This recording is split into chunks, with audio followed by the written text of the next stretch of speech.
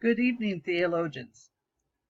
As we come to this discussion about holiness, I think in my own life that I was introduced to the Nazarene Church about 8 years ago and never really understood what holiness was. I had my district license for 7 years and really could not really explain holiness until I was able to go through this class and really start realizing what holiness is, and it's given me a hunger and thirst for God that I hadn't had before. So as we look at holiness, we do not think of holiness as in concepts, as a proposition. We need to think of holiness in terms of who the person is,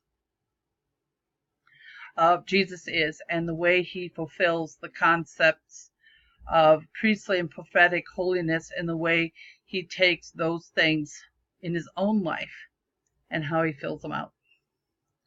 Jesus himself is the fulfillment of holiness. He is the fullest expression of what it means to be holy.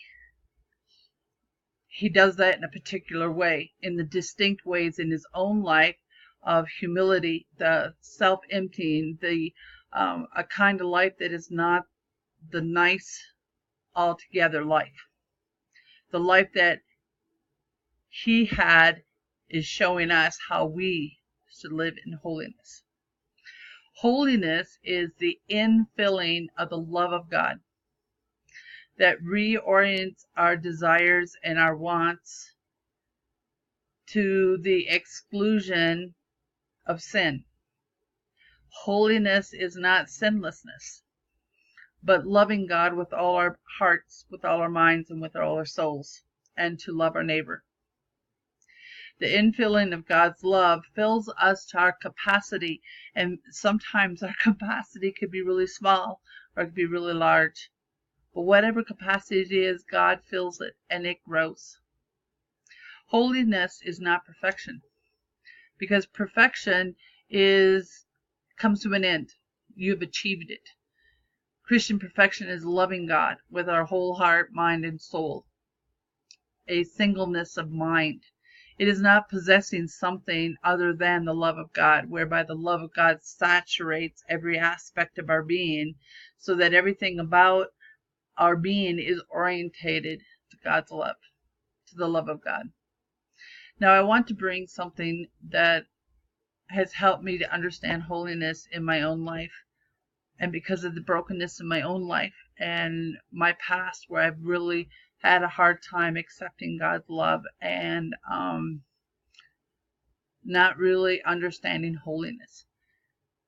When we were studying this in class, holiness is not unfamiliar with broken bodies, because it was the broken body and the spilled blood of Jesus, as Wesley calls the means of grace, we are made holy.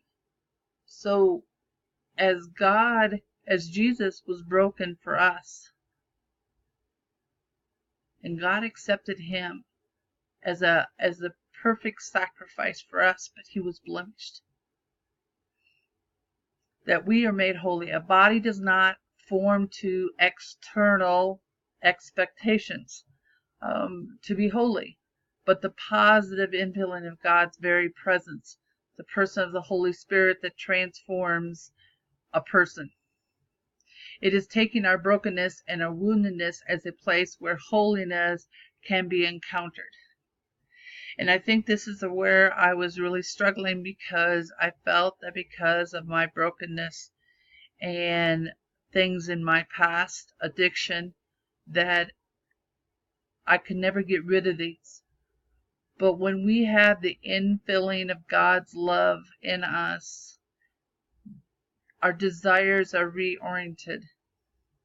They're redirected, because we start getting God's love and we want God more, and our desire for something in the past is gone.